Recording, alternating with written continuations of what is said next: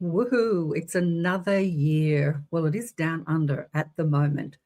2026. Australia celebrated last night in the Northern Hemisphere. Canada and US, you're about to celebrate another year, more fireworks, another year, 2026 for Elevate. We're going to talk about the energies of the new year, what to expect, and all sorts of things. Stay tuned.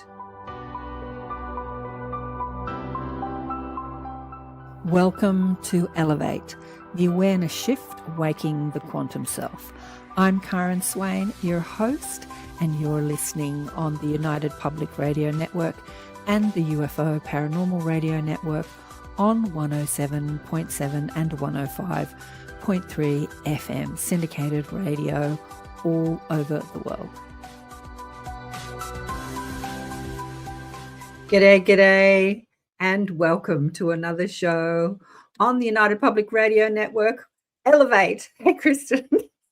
Happy New Year, darling one. Happy almost New Year. I know. We've celebrated down under time. I think New Zealand is the first to go off, and then Korea, I think, is the next, and maybe a couple of Asian cities, and then Australia, and then, I think so Europe is about to celebrate now, in the UK it's in an hour or so. Yeah, the midnight. So here we are. So I'm in 2026 and you're in 2025. I think it's hilarious. That's why I kind of was thinking, I know you were considering taking a break for the rest of the year, but I'm like, I have time next Wednesday. It's only 4:00 in the afternoon here. So yeah, no, I'm not taking a break for the rest of the year. Just with ATP media shows, I'm going to take just upload some recordings. There's hundreds and hundreds of shows that I've done over 16 years of doing media. Hundreds. I know. I can't keep up on you. I know. But we'll still do Elevate. I've done a couple of recordings over the last 3 weeks, actually. I uploaded some. On Christmas Day, I put up the recording. I put up the one that Etty and I had about being peace in a divided world. Yeah, beautiful. Which was so pertinent to because we did that before the Bondi attacks. And so I thought if anyone's around, they could re-listen to that. Because she shared a channeling with one of the young men who was shot on October 7th, 2 years ago in Israel, Gaza, wherever they were, over that side of the world. Excuse my ignorance. And and he speaks about why it happened, and he speaks about it from that higher perspective, that it's all happening for a reason. Down here on Earth, we can just see tragedy, tragedy, tragedy. But up there in the higher realms, in the other realms, in the different frequency realms, they see the purpose for all of it. And so that was a beautiful show. So I repeated that on Christmas Day. I thought that was a good message to go out. My Christmas Day, it was your Christmas Eve. But so we're going to talk about, let me just acknowledge the beautiful people in the chat. There's Son, Happy New Year to you. Alison, woohoo. Mish, Happy New Year. Kevin, woohoo, 2026. What's she saying here? Hi, Karen. Hi, Alison. Oh, she's saying hello to all the people in the chat. Yeah, here we are in 2026. Well, down under, it's a cold, wet, rainy day, first day of the year. And last night was a cold, windy night. So we're in the middle of our summer, and it can be putridly hot at this time of year in Australia. Well, at least in my part of Australia and many parts of Australia. But at the moment, it's cold. I wouldn't call it freezing, but it was a cold night last night. And I went up a couple of, blocks down. You've been to my place, Kristin. Couple of blocks down to the beach, sat on the park, sat at a different spot today. I was with Hamida. Hello, Hamida, if you're listening, and her daughter, her whole family, actually, and my good friend, Freya. And we sat at a different spot up on I don't know if you remember my place, but there's a park that's up on the cliff at Coogee, which is actually where they let the fireworks off. And I actually thought that was always off limits to people sitting up there. But they roped off just a section of it, and then you can sit above where they're lighting the fireworks, and it was the best view. You just lie down. Your videos were amazing that you showed our group of the fireworks. So yeah, you had a good spot. good spot. It was a good spot. And then, of course, the Sydney fireworks in the harbour are going off, and every year they spend more and more money, millions and millions and millions of dollars, and they get bigger and bigger and bigger. I don't know how much bigger they want to get. I don't know how much bigger they want to get. What does Mish say? It was bloody cold here out in Australia. I had the fire going. Yeah. We've had an interesting summer in Tasmania. We had a white Christmas in Tasmania. They had a white Christmas. It wow. How long has it been since they've had that? Ever? In the middle of summer. No, it happens sometimes. Not in all of the places in Tasmania, but up in the mountains. One year, God, it would be 34 years ago because Annika was a baby. We were in the mountains in New South Wales during Christmas time. I don't know if it was Christmas Day, but during the holidays. And it was snowing up there in the mountains too, where they ski in the middle of summer. Yeah, crazy. That's incredible. Wow. So, yeah, so hello to everyone who's watching on the lives and on the recordings. We're going to talk about the energies of 2026. There will be a million prediction podcast shows on YouTube that everyone will click on because everyone's thinking, what's in store for me this year? Right. And I'll tell you, as a teacher of deliberate creation, there isn't what's in store for you that's coming at you. It's what you create. And what they say to me about life circumstances, and people say, yeah, but I don't create life circumstances. Like I don't create the wars and I don't create the earthquakes. Like that's not my responsibility to create that in my reality. But they say to me, well, it's about how you navigate. It's not what happens to you. It's how you respond to it, which I said exactly, yeah, many times. But they've said it to me, they've given it to me like this. It's like the weather. Although you think you don't create the weather, you actually do. You co-create, you collectively co-create the weather and earth changes and everything. That's another story. But when you hit the weather, which you think you're not created, how are you going to navigate that? Maybe you've decided to go on a picnic with friends and then it's pouring with rain. So how are you going to navigate that? And so that's what we're going to talk about, like navigating the energies of the new year. So we've come out of even listening to the fireworks because I went, to bed and watched the midnight fireworks in bed. Party animal, rager. Woo! You're a rager. Rager, party animal.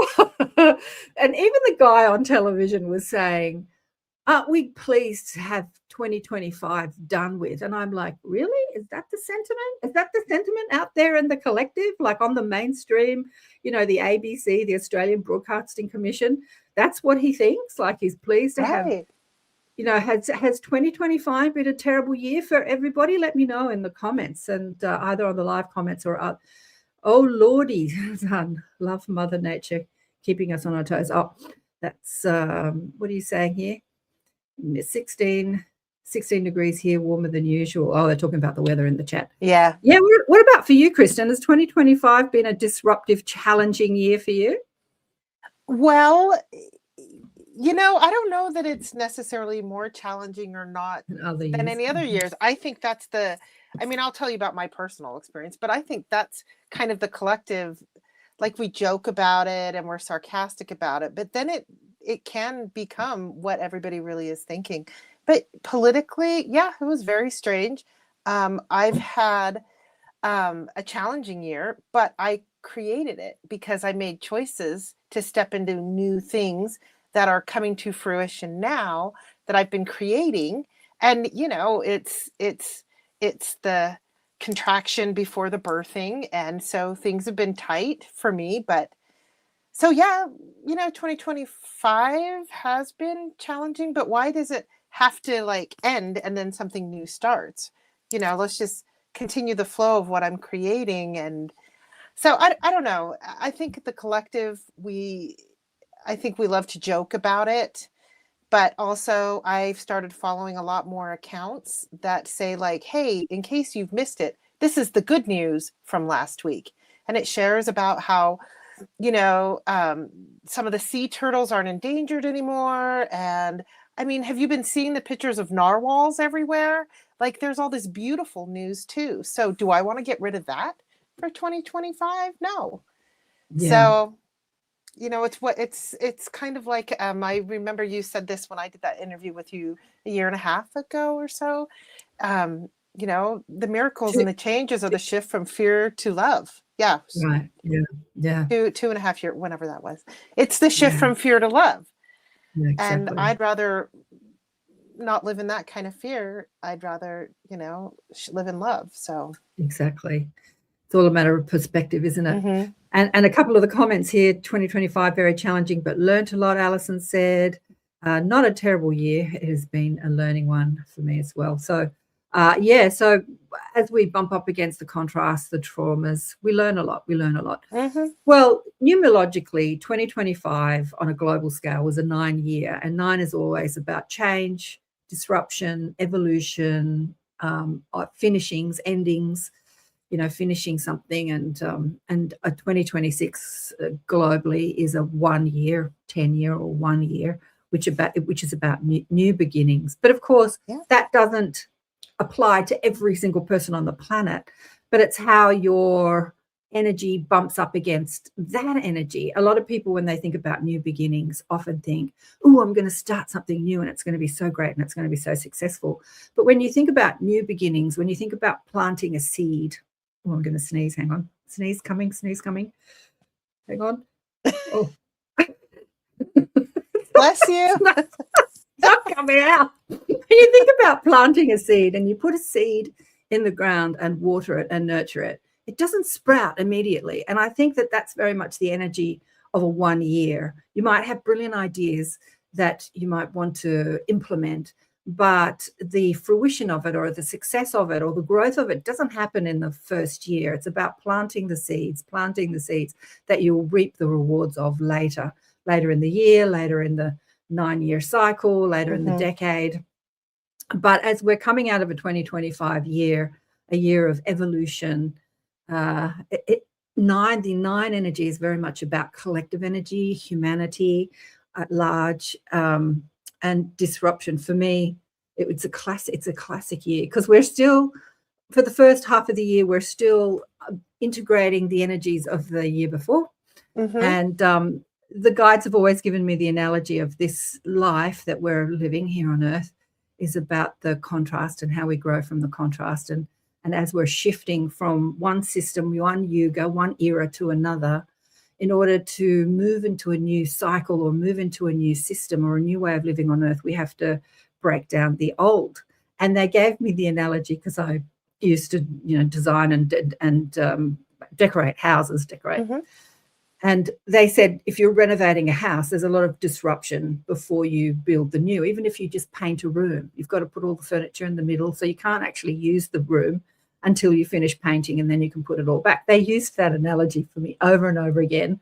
So they said to me, what are you going to do? You're going to cry at the disruption, or are you going to visualize the finished product where, like, it's going to be a nice fresh paint or a nice new house? So where are you going to put your focus? On the disruption or on what you're creating, what the disruption is creating? And that just happened to me exactly this year. Yes, it has for you. Harping on about it for 6 months or 3 months, 4 months, Yes. about the disruption I'm living in. The guides just keep laughing, and they said, what are you going to do? You're going to cry at the disruption, or you're going to focus on, the finished product? But as the disruption happens in our lives, it is the challenge to not focus on what is and focus on what you want. And that is the crux of being a deliberate creator. Like, are you going to put your powerful focus on what is, on what you don't want? And as you keep focusing on it and complaining about it and bitching about it and getting upset about it and letting it evoke the frequency that you're vibrating, let it control your mood, then you keep recreating it, reprinting it, restamping it, reprinting it, recreating it. Or are you going to focus on what you want and feel the vibration of that? So that's the challenge we're all up for as humans living in this dense environment called planet Earth, right? Right. Because there's crap going down politically, the weather's going crazy, disasters, shootings, trauma, war. It's constant. And all us light workers are like, oh, we're new Earth, heaven on earth. And then it's like, when's heaven going to arrive? But the challenge is, can you be in the thick of the chaos and focus on what you want to create, What is it Right. that you want to create? Hello, Heidi. Hi, Karen and Kristin, she says. That's Yeah. all from Boulder, Colorado. Back a couple chats. Michelle, aka Mish, she says we have until February, the Chinese New Year. Do you see that? Yeah, we have until February.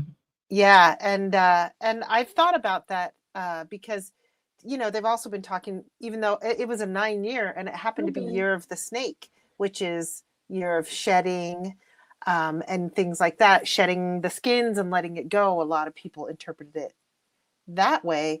And so technically we're still carrying that, like your guide said, into the new year, because that doesn't shift to Year of the Horse until February. Right. So it depends on where you look at it and your perspective and culturally. I mean, there really are so many things. Well, I've chatted to the guides about this because years ago when I was in my 20s, I wanted to study astrology, and it was so complicated. And when I say complicated, so there's so much to it. People just think it's the sun sign that you read in the paper or a magazine, right? There's so much. I've tried so much to it. Yeah. And I thought, God, I could spend lifetime studying this. And there's other things I want to do in this lifetime. I just can't put all my energy into this. And then I started studying numerology, and I got obsessed with numbers. And everywhere I went, I'm making meaning out of numbers. And that did my head in. I thought, God, I'm going to go crazy if I keep doing this. So I asked the guides about, like, what's with all this stuff? And they said, you create your own reality. And really, none of that has any precedence on what you create in your life, because you are the controller of your vibration. And you can live outside your astrological chart or your numerological chart or whatever energies, the Chinese chart or the Ayurvedic chart, like whatever energies you think that have some control or some dominance, or what's the word I'm looking for, opinion in your life. You can actually live outside of it when you master your mood, when you master a deliberate creation. And I'm like, oh, of course. Yeah, of course. But if you give power to it, if you give credence to it, of course, what you focus on, you're going to create. So again, this isn't a predictive show. It's more about how to navigate the energies. And it's the same every year, really. Yeah. It's the same every day, every minute, every second, every nanosecond. Like, how do you feel? How do you feel? How do you feel? What are you thinking? What are you believing? What are you believing to be true? And so we can talk about what's coming up, but what's coming up is more opportunity for us to master or refine the way we respond to our thinking, our emotions, to life, to others, to relationship. It's more opportunity. And every year it gets more intense because we are, as a collective, learning about being creators. We're moving out of the Yuga, the era, the Piscean age into the Aquarian age. The Piscean age was about separation and conflict and competition, and we're moving more into unity consciousness and mastering ourselves as creators. So we're all learning about how we create our reality. And when was it? It was 20 years ago, 2006, when The Secret, hit the world stage. Like The Secret, talked about, I'm pretty sure it was 2006. Yeah. Because we were sending out the DVDs like crazy. We were importing them from the States. Anyway, that's another story. So it's 20 years where that energy of law of attraction, you create your own reality, hit the collective understanding. A lot of people said, nah, bah humbug, it's BS. And a lot of people woke up and went, crikey, is this true? And people are still talking about it and referencing it today, even though there's been revised editions and things like that. But it really has changed the way a lot of us look at things, whether we're way more spiritually inclined or not, whether I believe in aliens or not, right? Some people believe, whether they may believe in The Secret, So we are in the era of disclosure, and we've spoken about this on the show many times. It's not just about are we alone in the universe, which I think is the craziest question anyone could ever ask. I mean, what a crazy thing to look up into the night sky and say, "Oh, we're alone." We're alone. But like my brother, I think about 20 odd years ago or 15 odd years ago, I asked him. He's a very tech guy. He loves his sci-fi. All my brothers are so into sci-fi. Yeah. I told him he was an alien. He thought that was hilarious, but he has a very heightened intellect and curiosity for all things technical. I said, "Do you believe in aliens?" He said, "Oh yeah, I believe in them. I just don't believe that they're here on Earth or that they can even contact Earth."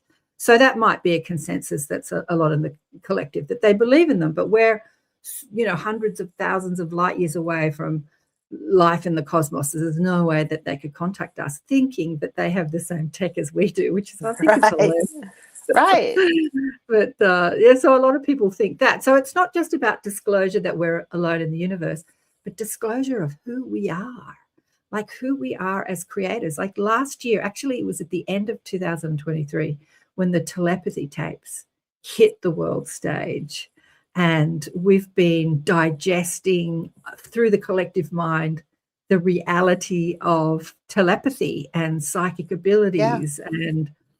And so there's going to be more of that this year, more and more disclosure of not just, how the government's been covering up, alien craft and all that sort of thing, but disclosure of who we are as creator beings. Ooh, yeah. I love that. Ooh, yeah. Yeah. Yeah. Coming out through podcasts like the telepathy tapes, and you call them the freshies, like the young ones. I was watching a freshie this morning. I can't remember his name. Paradigm something his podcast's called. Anyway, I forget it right. And he was talking to Kevin Briggs, and I love Kevin. I know, and he was talking to one of the parents from the telepathy tapes, and she was talking about her awakening to her daughter's own abilities and then to others. And so that more and more of that is going to come out, which is exciting. More and more disclosure or revealing, or as Susie Hansen talked about it, the second wave of volunteers are the ones that are going to talk about their experience. So think about these kids on the spectrum not being able to verbally communicate or even physically communicate because they have apraxia. What's it called? Apraxia? Where they I don't know. I haven't gotten through them. They don't know how to control their body. So even pointing at a letterboard is difficult for them, but big motor movements are easier for them than smaller motor movements. But so these kids who are adult, many of them are adults now, some are in their 30s and 40s, have been silent their whole lives about who they are and what they can do. They've got this whole life in a psychic realm where they get together and party and talk. And I was listening, as I said, to one of the Freshie shows this morning, and the mother was saying that her daughter revealed that she had this psychic relationship with this other guy in another, like they had a relationship, but not a physical relationship, but they were boyfriend and girlfriend in another reality. It was so cute. So now they're talking and their information is coming out. So now that's being disclosed. And so the communicators is the second wave of volunteers. They wait often for lifetimes. Kevin Briggs was 65 before he started talking about his experiences. Isn't that incredible? Mm-hmm. He's just, 71 now, but his guides said to him, now it's time to talk and write a book. And he's like, I'll talk about it, but I can't write a book. And he said, don't worry, we'll help you write a book. So some people have waited their whole life to now come out publicly and share their experiences as we shift into a new understanding and more disclosure. So more of that to come this year. I think that's amazing. What's Alison saying here? Sometimes, Karen, some people may feel supported by considering an optimum time to make their choices effective. Absolutely. And Heidi's a moon child, she says. Have you got control? Have you not got control of the... I don't. I had trouble logging in. You had trouble logging in. Well, no, I was stressing Karen out before I hopped on, but it's just, I had to log in just by the invite only today. Sorry about that. But yeah, I think what she was talking about, the optimum time to make their choices effective. I mean, we have choice in everything anyway. And whether it's in my star charts or going on, in the universe, the only there's a good, a friend of mine, Jeffrey Olson, who's a near-death experiencer. I've taken some courses from him, on shamanism training and things like that. And he says what he's learned is the only universal law is choice, is choosing. And so yeah, I can choose whenever I want to, take that first step into whatever it is, and sometimes it's time, and people, something will happen that'll just move them, I want to move to a new house. And then the house, something happens to it, it burns down. Well, then you have to move, right? I mean, did they create that? Was that a choice? I don't know. There's so much in that, but. Well, that's so interesting. When I was young, I was at a fair, a marketplace, and I was contemplating, do we create our reality or do we predict it? Like sometimes when you're thinking, that happened. And I was holding a mug as I picked up this mug off a table. Not that I wanted to buy it. I don't know why I picked it up. I picked it up to look at it. And I had this thought, you're going to drop it. And I'm like, I'm not going to drop it. Then I dropped it. I don't think it broke. But I said to my guides afterwards, like, what was that? Was that me predicting it or creating it? Like, where are we here? Do we predict our reality or do we create it? And they said, both. Yes. And I'm like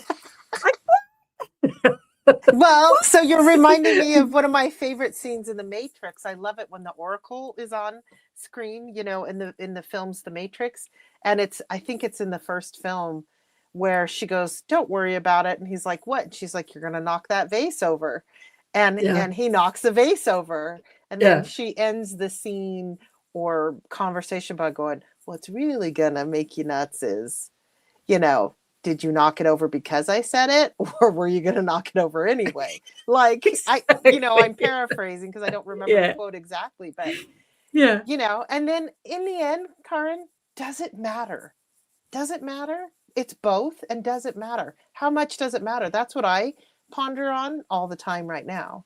It's, well, like Esther says, you'll never, what does she say? You never get it wrong and you'll never get it right. Now, what does she say? I'm not quoting her, but we've got eternity. If we make choices where we have an opportunity to make a better choice and we don't make a better choice, it's like life gives us opportunity and opportunity and opportunity to do it again and again. And then if we fail and die, we got another lifetime. And some people can live lifetimes recreating circumstances where they have an opportunity to make a better choice.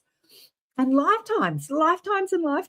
And so you'll never get it. Like, you've got eternity to play with. I'm misquoting Esther very badly, but anyway, something she said all the time. Eternity to play with. But I'm just getting back to Alison, which is sometimes, Karen, some people may feel supported by considering our optimum time to make their choices effective. Yeah, Garnet said to me, I know we always talk about Garnet.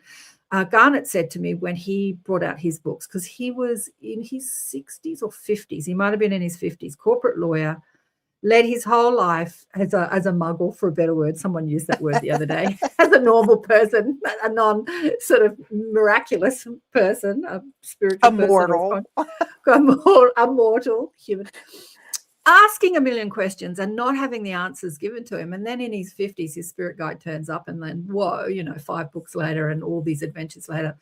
And some people had asked him on different podcast shows, why did your spirit guide wait so long?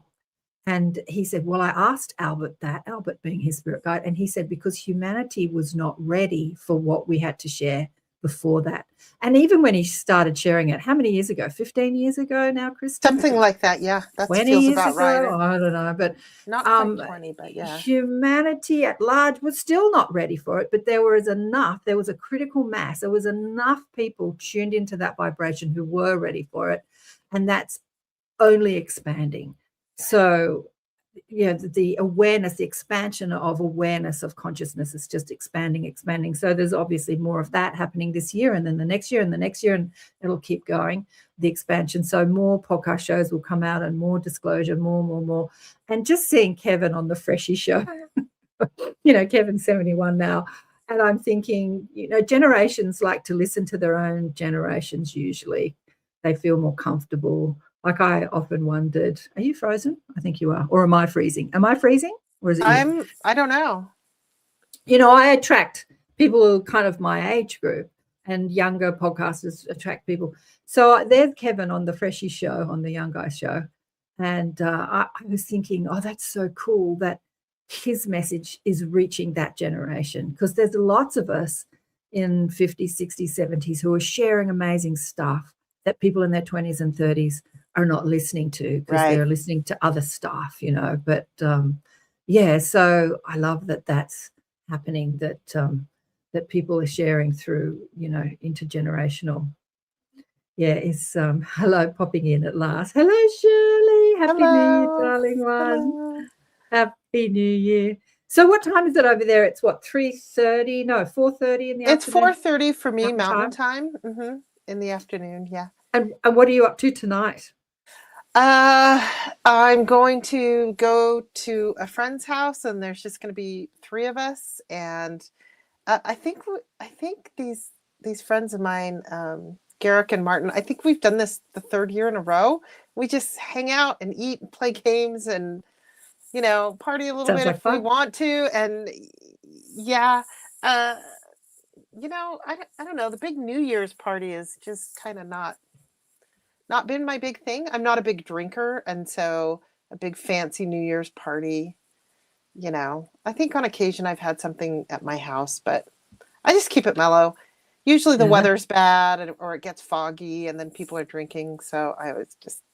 So there are no fireworks in your neck of the woods? They don't sort of let off fireworks? Not normally, not in Salt Lake City, not here. There was a time when downtown they tried to do like a big party, but it's often like freezing or below freezing here this time of year. So we don't. But I bet like on the coasts and stuff that there's big fireworks. I know that there's New York City does the big ball drop, and then they replay it as it goes down the time zones. It's kind of funny. I tell you what, Sydney siders are into. There's over a million people that gather around the foreshores of Sydney Harbour to watch the fireworks. They queue up for 2 days to get a spot. Yeah, they're big into the fireworks down here. And wherever I've lived in Sydney, there's been local fireworks. I think in Bondi, I heard there's usually fireworks in Bondi. I'm not sure. Don't quote me on this. But I heard that they might have been cancelled because of the Bondi shootings. Right. And maybe all those people from Bondi came to Coogee, which is the suburb that I live in. Yeah. So it might have been even more packed last night. They all came for Christmas Day. There's a beach next to us called Bronte Beach, which is a small beach. It has a big park behind it. All the backpackers, because there's heaps of backpackers. There's heaps of people from overseas here. As I say, you walk down the street in my suburb and you don't hear an Australian accent. Everyone's got a different Irish, UK, European. And so there's heaps of backpackers out in Australia having a good time. And they get together. They call it the Orphans Christmas. And they party. They get drunk and wear red bikinis and red Santa hats and red board shorts. It's a thing, right? And they usually do it. They usually do it at Bronte Beach, and then they trash the beach and the council. Everyone's up in arms. So this year they did it at the beach I live in. They did it at Coogee, and there were just thousands of them. It was on the news. I think I said it in the Inner Sanctum. Yeah. I have a question. Something I've been pondering, and something you said a few minutes ago made me think about it with, the freshies and how Kevin Briggs is older and he's giving the information, but we tend to stick with who we're comfortable with in our generation. And I often look at, I love to watch older movies, even, black and white movies, but older movies now are from the 80s and 90s and stuff. And I look at who the bad guys are, or I look at who runs the corporation in the story, and back then they were always older men, like with silver in their hair and older. And now when you watch movies, it's a younger person, like 30s, under 40s, that's running these corporations, or that's the main bad guy, that has all the brains, or that everybody turns to. It's kind of funny. But this is my question. Because of all this opening and where we're at, and people, I think there are people that are still looking for gurus, and they follow gurus, but usually it's the young, hip kind of, guru that people are looking for now. They don't listen to the old. And at the same time, I find people all the time going back to ancient texts, or the ancient Egyptians studied this, and I'm like, that's beautiful, that's interesting. Is that really what's happening now? So I get really caught up in, do I want to listen to these really old sentiments, or is it the new and the fresh, or am I being sucked into, like I said, the collective by the media? Like now it's the younger people that are running things, or smarter, or I don't know. Can you hear my question in there? Like, what is this between the really old and the ancient, and does that really apply? Because every year is something new. Well, this is how I see it. I'm not saying that this is right, but this is how I see it. Yeah. I often, like, for the last few thousand years, 20,000 years, or how we've been in what has been called the Kali Yuga. We've been in an epoch, an era of darkness, and there has been a lot of teachings that have pierced the darkness, a lot of teachers that have come to earth to pierce the darkness, to remind us who we are. But a lot of the old texts and the old teachings, especially spiritual teachings, have been corrupted by, and so as I say, coming out of the Piscean age into the Aquarian age, the Piscean age was about control and competition and domination. The Piscean age is about sovereignty and creation. Okay. So a lot of the teachings that came were corrupted by the control and the domination. And I always think to myself, it's nice to go back to the ancient teachings, but a lot of it was corrupted. Like there's a bit of truth inside a lot of controlling fear, especially in religion, as you know. And so we've got access to infinite intelligence inside ourselves, right? We can access the Akashic, we can access source, God, we can access anything. And we're being inspired by higher consciousness beings from other worlds that have evolved out of the timeline, the era, the experience that we're going through now, into a new world, who are helping us. They're saying, we navigated that too. We went through that too. We went through wars, we went through corruption, and this is how we navigated, and this is what happened. So there are cosmic, beings, galactic beings that are helping us, inspiring us, as well as the angels and the spirit guides and our higher self. And, like all that is there to inspire us. So whatever we put our focus upon, whether it's a guru or a freshy podcaster or an ancient text, like what is it that you want to create in your life? Because that guidance will be given to you directly. And does that resonate with your desire? So what do you want to create in your life? Some people want to create money and family and houses, and and what will resonate with them will be directly speaking to their desire. Some people will desire to be more evolved and more connected to their soul and more connected to their power and expand their consciousness and expand their psychic abilities. And whatever it is that you're asking for, ask and it is given. It's being given to you. So depending on what you're asking for, what you focus on will be directly speaking to you. So that's why I say often that nothing is right or wrong, because it's going to speak to what you're desiring. And everyone on the planet has, different desires. Although collectively we have like when disasters happen, like Bondi, for instance, I've been listening to my friends in the Jewish community talk about the rise of anti-Semitism in Australia. I said to my girlfriend, Etty, who was on the show with me recently, surely that's not happening in our suburb. And she said, Karen, around the corner from me, someone's car, Jewish man's car, was blown up. And I'm saying, no, really? This happened? Like in the suburb that you live in, which is, not far from where I live?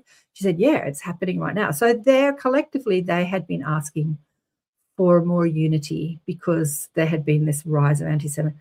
And that has actually been answered through what's happened. It did take this terror attack to answer it. But there's been a whole shift in the collective globally for the Jewish community, because across the world, a girlfriend of mine's accountant went to Morocco and Spain and did the walk in Spain. And when she got back, I said, how was your trip? And she said there were protests everywhere. Like in Morocco, there were protests. And people were showing me like pro-Palestine protests, which is kind of divisive. They talk about stopping war, but really they're only on one side. And a lot of people are asking for unity. So it's so interesting what's happening. It's so interesting. So focusing on what you want and seeing that in the world. Yeah, this is how we're going to create a better world. Just about to lose phone reception, Alison says. Thanks, dying. Hope 20 is kind to you all. Well, I'm going to address that. Okay. At the beginning of a year, we always think, somebody reached out to me on Instagram, number 1 year, it's going to be the best year. We've won. They're sort of using one as in numero uno, as in one, as in winning. Yep. And everyone hopes that this year is going to be the best year, the best year, the best year. And then at the end of the year, like the guy said on television last night, aren't you pleased? 2025's over. It's like at the end of the year, you can't wait to start a new year. We have such big hopes for the new year and such like, okay, let's move on because that wasn't so hot. But if we wish for somebody, Hope 26 is kind to us all, maybe I hope that whatever you navigate in this year, whatever challenges that arise globally, personally, you meet it with loving kindness. You meet it with understanding. You meet it with curiosity. You meet it with heightened consciousness, and you see the beauty in it, even though it might look like chaos. You see the beauty in it. You see the beauty in the chaos, and new desires are born in you for something new, something more, something better, and that you manifest or you reach that frequency, that vibration of that desire. If that was what I would wish for anybody in 2026, that's what I wish. Not that this year is going to be a perfect, smooth ride and it's all going to be happy, joy, joy, joy. Because, like my guide said to me, we're in the age of disclosure and disruption. And as we break down the old systems, there's a lot of chaos, but we're breaking down the old to build the new.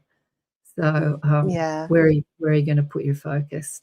I'd love to address that, where your friend was saying, we've won, but it's number one, but WON, like won some kind of battle. And I have this beautiful group of ladies that, I meet with on occasion, and we have a chat stream and on all our phones, and we chit chat. And I love these ladies dearly. Like, they're such beautiful souls, and they're very caught up in that disclosure side. And like, they say that gold is going up, so stockpile gold because everything's going to be dismantled and we've won and da da da da. And so sometimes I have to actually disengage a little bit, because I mean, they're very enlightened, beautiful women and very gifted in so many ways, but they are part of that section of, the conspiracy theories, if you will, and all of that. And it's not that it is a little negative, I guess. I don't want to always think of it, my personal perspective, they're tuning like in. It's a battle. They're tuning into the war, the battle. Yeah, the war in consciousness. It's like the light and the dark are in a war. I mean, it's all over. It's all over our, movies. It's always the battle. This is the Piscean age. It's the competition and control. And we're moving out of that. Like, we've got a long way to go. We're not going to create. It's not going to finish in my lifetime, or maybe in the next lifetime or the next lifetime. I mean, yugas are thousands of years. We've got thousands of years to play with this. We've been moving out of the age of darkness for hundreds of years. Like, you think back to even like the time when Christ hit the earth, or when Buddha hit the earth, or when Moses hit the earth. When they just hit the earth, Muhammad hit they like came down in their satellites and hit the earth like Superman.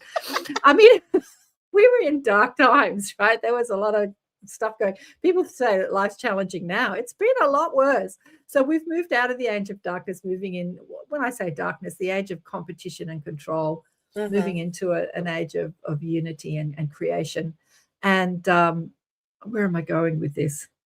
Yeah, and so there's a lot of people who are still invested in the war. You see it all over, I hate to say it, but all over Rumble and places like that. Yeah. They're invested in the light and the dark. And even on the Sean Ryan show, he gets these people on there that are talking about God versus the devil. It's like religion has perpetuated this too. It's like this war.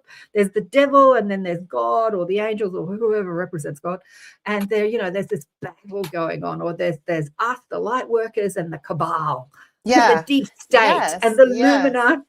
You know what? As light workers, or as difference makers, or as beings here, as genius creators, as deliberate creators, let's just move outside of the war. There's no war. There's only one source of energy. How can it fight itself? I mean, you can have the illusion of it fighting itself, but darkness or struggle or trauma was created so that we can have a platform through which, an environment through which we can grow spiritually.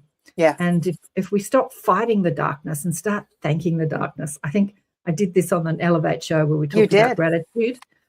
And start thanking the darkness rather than fighting the darkness. Then we just lift ourselves out of the war, and we're now living in peace rather than being in the battle within. Because so many people are in the battle within themselves, the light and the dark, the ego versus the higher self. Right. And there's always this battle, like so many spiritual teachers. I remember one of mine who I worked for at the academy said, I want to lay my ego at the feet of the guru. Like, I'm always trying to overcome their ego, get rid of their ego, get like there's a battle going on. Yeah. Like, the ego is cool. The ego is all part of what makes us human. It also causes a lot of havoc in our life. It's the part of us that believes in the illusion of separation, but inside that illusion of separation, desires are born, desires are birthed. And from that, we create our lives when we're striving to create something, even when we're on a spiritual journey and we believe that we are not an extension of source energy of infinite intelligence. The desire to know more of who we are is born, and the desire to expand that knowledge and that knowing is that journey. If we just woke up one day and knew who we were as these amazing beings, then there would be no journey, right? Well, and I want to say something that I haven't said this for a long time, but it still creeps in and I still think about it. And that is like opening up spiritually and seeing beyond the veil a little bit, and deliberate creation. Like, am I cheating? Like, am I cheating the game that I like set myself up for? Should I not be doing that? Like, is that cheating? I don't know. You have said this before, but I'm not sure what you mean by cheating. Well, okay. So I came to this planet to learn some things, and I, agreed to have the veil of forgetfulness on me. Okay. And now I'm like poking through, like, I'm practically working to poke through that veil now and be in touch with my guides and not at all. Have you noticed? But it's that thing that hits me, But have you noticed when you do poke through the veil and you hit higher consciousness? I do it all the time.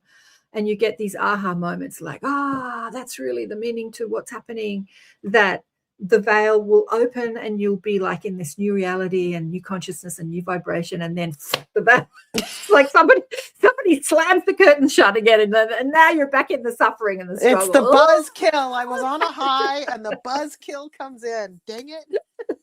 Like, that's the game of life. That is so the game of life. I don't know. I don't think you're accessing your resources. Yeah, right. Yeah. I mean, I think that that's an old religious upbringing, piece still stuck in my teeth there a little bit. That is hard to get out. Like, I'm cheating, Yeah. Look, when you speak to dead people, for a better word, people that are not physically focused in this third dimensional reality, they love everything we go through. Like, they just find that our struggles, especially our struggles with ourselves and our mental capacity and our psychic capacity and all that sort of stuff, they find that so exciting. Because when you're dead, for a better word, but when you're not focused in this reality, and when you've pierced the veil and you're living outside the veil of forgetfulness and you do remember who you are, you don't have that challenge or that opportunity. And like we talked about with Vinny, it's just such a powerful statement. We give ourselves this darkness or this veil or this forgetfulness because it gives us more options of choice. When you're, like Vinny said, when you're, on the other side, all your desires are God's desires. This is his vernacular. Wouldn't be the way I would say it, but he comes from that Christian thing going on. Yeah. But when you're on earth, not all your desires are God's desires, and not all your choices are God's choices. So I would use higher self or soul in replacement of God. Or enlightened. Aligned is what I meant. We're still making choices when we're a soul, like we choose to come to Earth or another planet, and we choose to, set up our experience and circumstances and, who we'll be and where we'll live and our parents, like we choose our parents and all that sort of stuff, and we choose our physical condition. So we're still making choices that would not necessarily be God's choices, but they are God's choices because you're connected to that God source, that God force, that creator force that is pure, positive, infinite intelligence. So you make choices from that perspective. And then we come into the earth perspective, the three-dimensional perspective. And now we've got a whole new range of frequency from which to make choice. So again, whatever we experience, both internally, like our thoughts and beliefs, or externally, like circumstances, we're making choices all the time. Like, what am I choosing? What am I choosing? Yeah. How am I choosing to experience this? What am I choosing to believe about this? What am I choosing? How am I choosing to respond or to react to this? And that's the earth experience. And so even when we make mistakes and we choose to listen to someone and punch them instead of listen to them, like I'm just thinking, it's not like wrong and you're going to be, held accountable in heaven and go to hell. It's just a choice, maybe not the best choice at the time, and you'll get an opportunity to make another choice, of similar circumstances. So there is no, this is something that many people don't understand because we're so into punishment down here in this third dimension and being accountable for what you've done wrong because there's evil, and then you've got to pay for the wrongdoings. And again, this is inside religion, but it's also inside our government, right? It's inside how we rule this world. And when I said, I don't know if I said it with you on the show, maybe was it with you on, when I asked where the shooter was, they believe that they go to some heaven where they'll get accolades. The more people they kill, the better the accolades in heaven. I wanted to reach out to that place. Like, where are you? What does your heaven look like? Like, I wanted to pierce the veil and look into their sort of Islamic extremist Muslim heaven. Like, what does that place look like? Because it's a creation that they've created. So it's created in the, and I saw him standing hand in hand with the 10-year-old that was killed. And the message was, there's no hate in heaven. Yeah. So when you say that, like, this guy murdered all these people, including a 10-year-old girl, and they're standing hand in hand smiling, people often can't understand that sort of love. Like, no, that can't be right. He needs to be punished.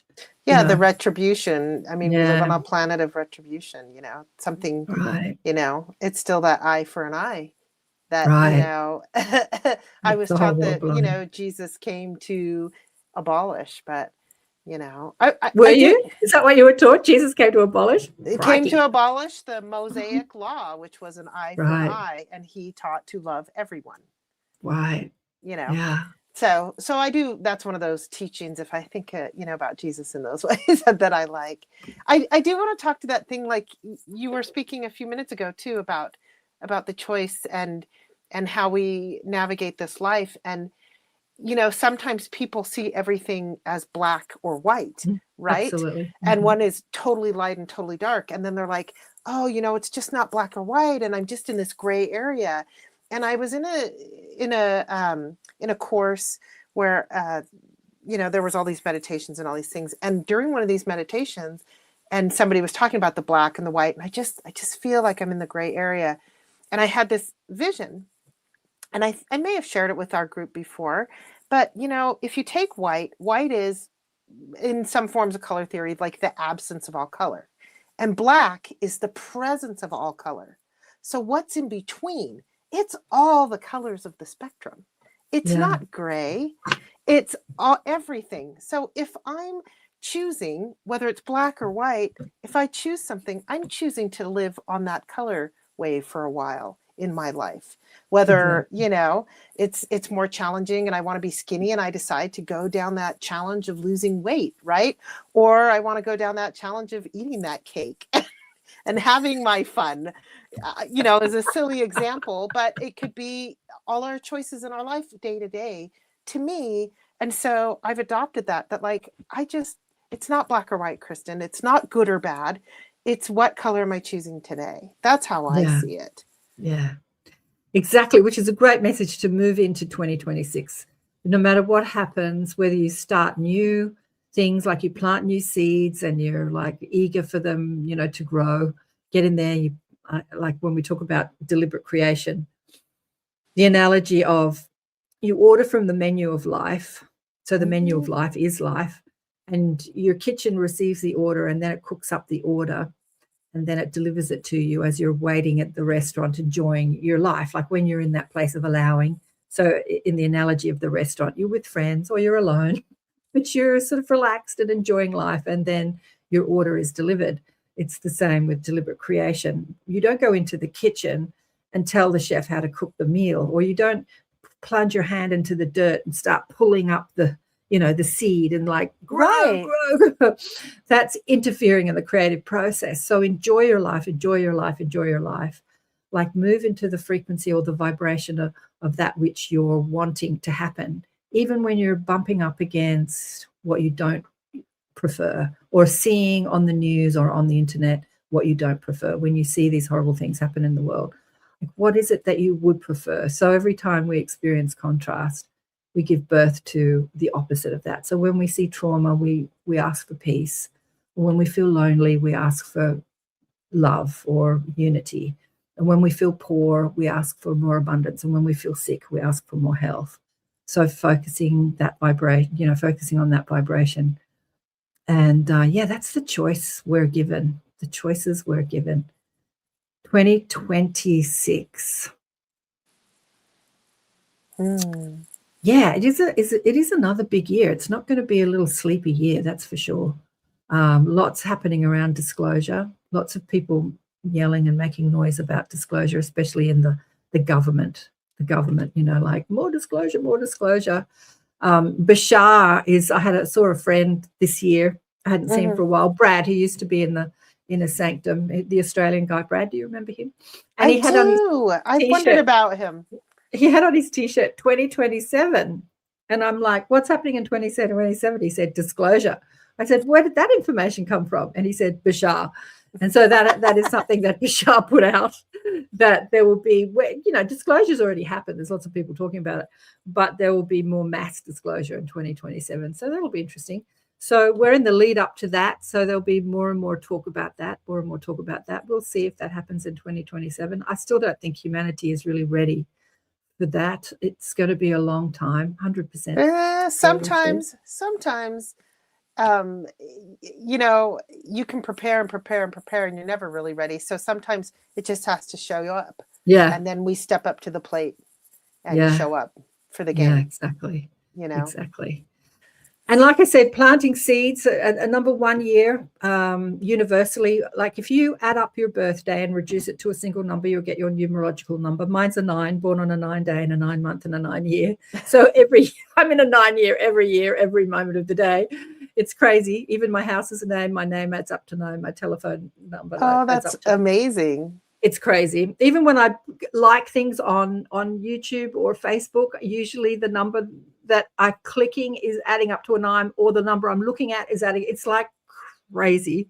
So the energy of the 9, I know the energy of the 9, but the energy of the 1 is about self, mostly. The energy of the 9 is about humanity at large, and 1 is about self. So depending on what your number adds up to will influence the universal number, you know, how you're navigating the universal number of self, desire, planting seeds, and how you're navigating that this year. But we're still influenced by the age of disruption, the 2025, for the first 6 months of the year at least, and then it'll sort of kick more into that that universal one. But yeah, what is your what do you add up to? We've run out of time. I think I'm a 5. You're a 5? Yeah, I look it up often, and I think it's a 5, and I don't always love what it says about that being my number for my life. And so I always forget. That's funny. Because I don't want to play in that one, but I'm pretty sure I'm a 5. Yeah. So Michelle's been sending me the numbers for Elevate, and we're reaching about 500,000 people through the networks, and we're reaching about 750 to 800,000 on ATP media. So people are growing. I would love to hear from you, all those people that are listening through the networks. Go to KarenSwain.com or go to my Facebook, just put in Karen Swain or ATP Media, Accentuate the Positive Media, and send me a hello. I want to know who you are. Apparently there's like hundreds of thousands of people listening, but I never hear from them, except for the 20 or 30 or so people that listen to the lives and are in the comments. But many blessings for 2026, and I hope you navigate the energies of 2026 with courage, with enthusiasm, with curiosity, and with heightened guidance and heightened knowing. And you create another way to bring in a new world, a new age, and you enjoy the ride, the roller coaster ride. It might be scary, but enjoy the ride. And to you too, darling, and we'll chat again next week. Yep. Big love, big love, big love, Heidi and everybody. Bye for now.